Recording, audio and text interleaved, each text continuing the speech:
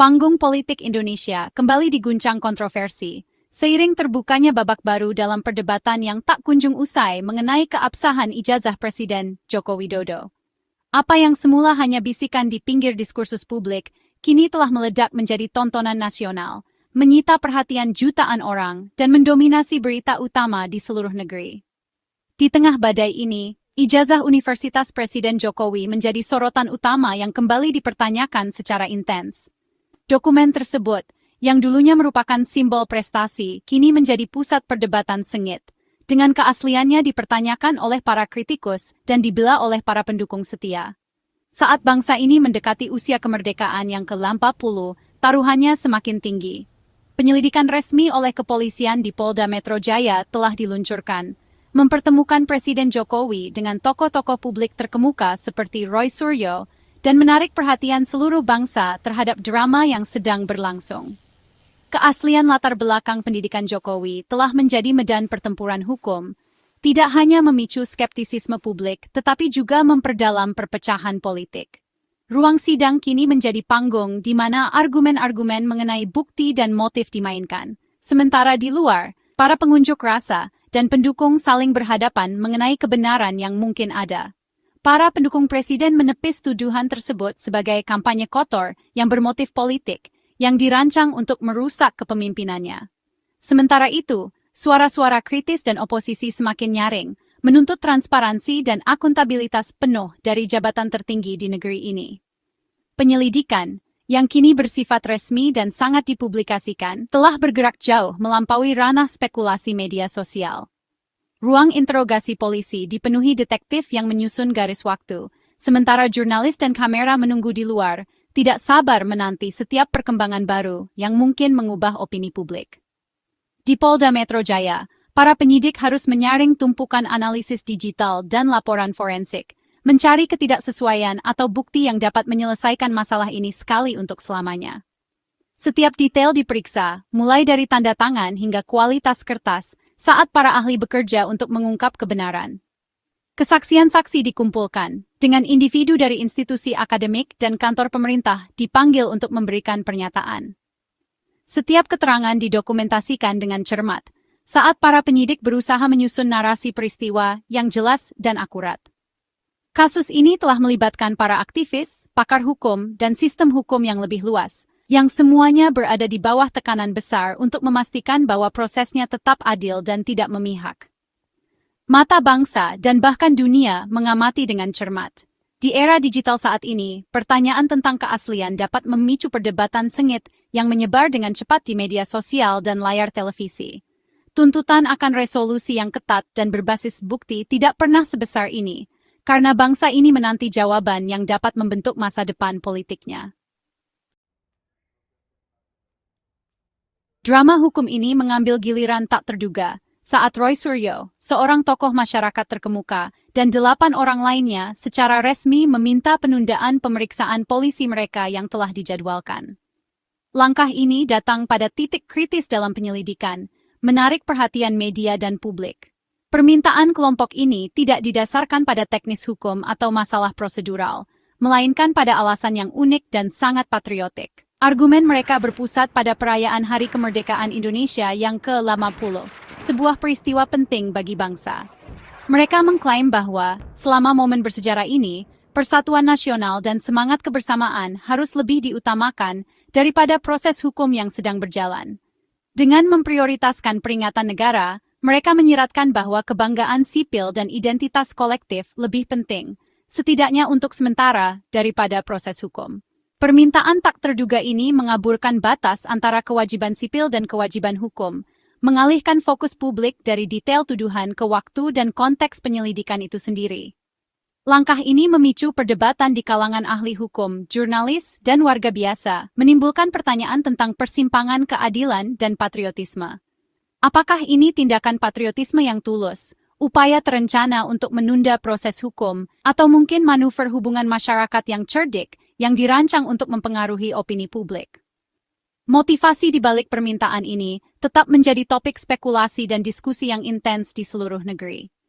Kini, aparat penegak hukum dihadapkan pada tindakan penyeimbangan yang rumit, menegakkan jadwal prosedural dan integritas penyelidikan, sambil juga menghormati semangat perayaan bangsa dan nilai-nilai yang diwakili oleh Hari Kemerdekaan. Dengan mengacu pada simbolisme Hari Kemerdekaan yang kuat, para terdakwa tidak hanya mengajukan banding kepada penyidik, tetapi juga berusaha menggalang dukungan publik, membingkai kasus mereka sebagai sesuatu yang terkait dengan kebanggaan dan persatuan nasional.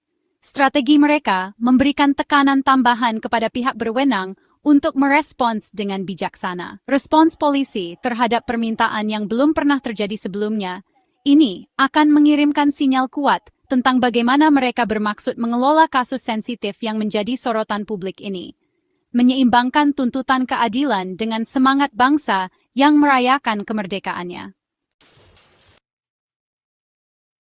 Tim hukum Roy Suryo meresmikan permintaan penundaan mereka dengan menyerahkan surat resmi ke Polda Metro Jaya.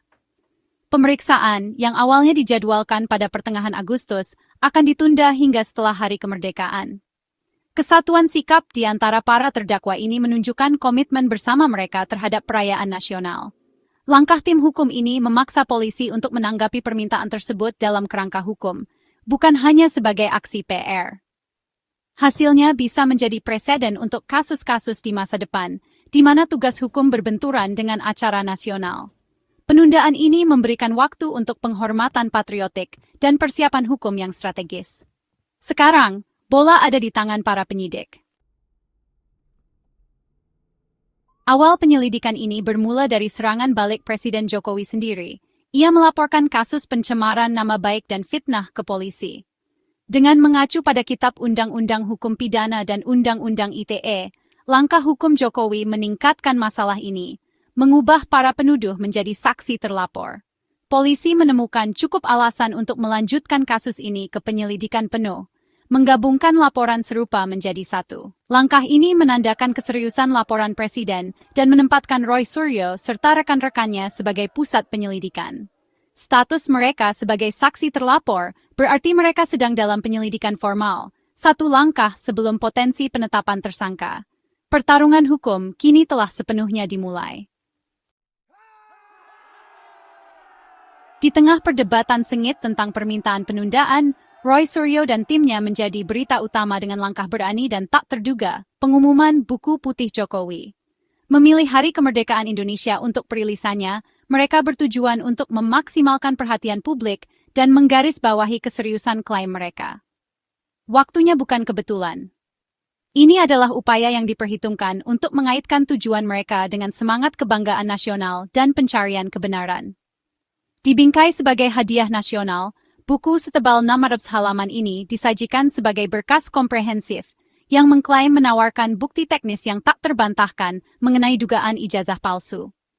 Volume dan detail dokumen yang sangat besar dimaksudkan untuk mengesankan pembaca tentang keseriusan dan kedalaman investigasi.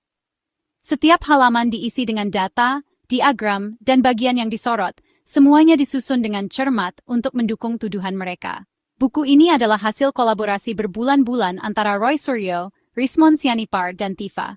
Bersama-sama, mereka menjanjikan analisis telematika dan forensik yang mendalam, menyelidiki catatan digital, keaslian dokumen, dan kesaksian ahli. Pendekatan mereka menggabungkan keahlian teknis dengan ketelitian investigasi, bertujuan untuk tidak meninggalkan batu yang tak terbalik. Daripada mencari keuntungan atau publisitas, para penulis memiliki tujuan yang berbeda. Mereka berencana untuk menyerahkan buku tersebut sebagai bukti formal kepada polisi, berharap dapat melegitimasi klaim mereka dalam proses hukum.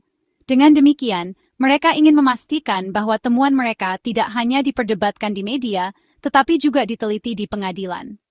Strategi ini tidak konvensional, menggunakan publikasi yang terperinci dan tersedia untuk umum untuk memengaruhi opini publik dan jalannya investigasi resmi.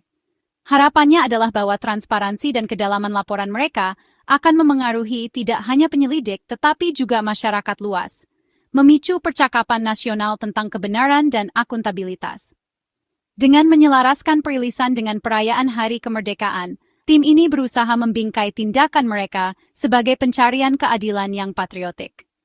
Mereka ingin publik melihat upaya mereka sebagai bagian dari gerakan yang lebih besar untuk menjunjung tinggi nilai-nilai dan integritas bangsa. Saat pertempuran hukum terungkap, buku putih Jokowi akan menjadi bukti utama dalam pembelaan mereka, melambangkan kontroversi dan pencarian kebenaran di jantung kasus ini. Para ahli hukum, seperti Arianto Sutadi, mengingatkan bahwa penelitian yang diterbitkan sendiri, bahkan buku setebal 600 halaman, mungkin tidak memenuhi syarat sebagai bukti hukum yang kuat. Agar bukti dapat diterima, bukti itu harus dikumpulkan dan diverifikasi melalui jalur resmi, bukan hanya oleh pihak tertuduh. Hanya temuan dari ahli yang ditunjuk negara, yang didokumentasikan dalam laporan resmi, yang memiliki kekuatan hukum. Kertas putih itu mungkin membentuk opini publik, tetapi dampaknya di pengadilan kemungkinan terbatas kecuali diverifikasi oleh penyidik polisi. Beban pembuktian tetap berada pada pihak penuduh untuk menyajikan bukti yang memenuhi standar hukum yang ketat. Pada akhirnya, hanya bukti yang sesuai prosedur yang akan memutuskan kasus ini.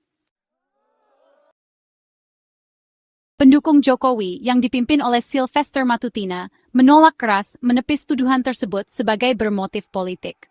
Mereka mengkritik ketergantungan para penuduh pada salinan digital dengan alasan bahwa hanya ijazah asli yang sudah diverifikasi oleh universitas yang penting. Sylvester, seorang saksi polisi, menyatakan keyakinannya terhadap profesionalisme penyelidikan dan berharap tersangka akan segera disebutkan. Bagi kubu Jokowi, kasus ini jelas, ijazah itu asli, dan tuduhan itu tidak berdasar. Perdebatan antara bukti digital dan fisik memperdalam polarisasi. Pendukung melihat penyelidikan ini sebagai pengalihan dan menantikan kesimpulan hukum untuk mengakhiri apa yang mereka sebut kampanye hitam. Mereka percaya proses hukum akan membenarkan presiden. Ini bukan pertama kalinya ijazah Jokowi menjadi sorotan. Penyelidikan sebelumnya oleh Bareskrim, Divisi Kriminal Kepolisian Nasional, telah memverifikasi secara menyeluruh ijazah tersebut dengan Universitas Gadjah Mada. Hasilnya, ijazah tersebut dinyatakan asli dan kasusnya ditutup. Para pendukung menjadikan ini sebagai bukti bahwa tuduhan saat ini adalah tuduhan lama yang diangkat kembali dan tidak berdasar. Namun, tim Roy Suryo mengklaim metode forensik baru membenarkan pembukaan kembali kasus tersebut. Kebuntuan hukum kini mengadu temuan polisi sebelumnya dengan tuduhan baru, menambah kerumitan dalam kisah ini. Hasilnya dapat menantang atau menegaskan kembali kesimpulan hukum sebelumnya. Kisah ini sekarang berada di persimpangan hukum, politik, dan kebanggaan nasional. Permintaan Roy Suryo untuk menunda proses hukum demi hari kemerdekaan menyoroti ketegangan antara keadilan dan persatuan. Pada akhirnya, hanya bukti yang telah diperiksa melalui jalur resmi yang akan memutuskan kasus ini, bukan buku atau gerakan patriotik. Penyelidikan Bareskrim sebelumnya menjadi preseden yang kuat. Polisi harus menghadapi tekanan publik dan standar hukum secara tidak memihak. Penyelesaian ini akan membentuk kepercayaan publik terhadap lembaga hukum dan politik Indonesia. Saat bangsa merayakan, semua mata tertuju pada bagaimana keadilan dan patriotisme akan diseimbangkan.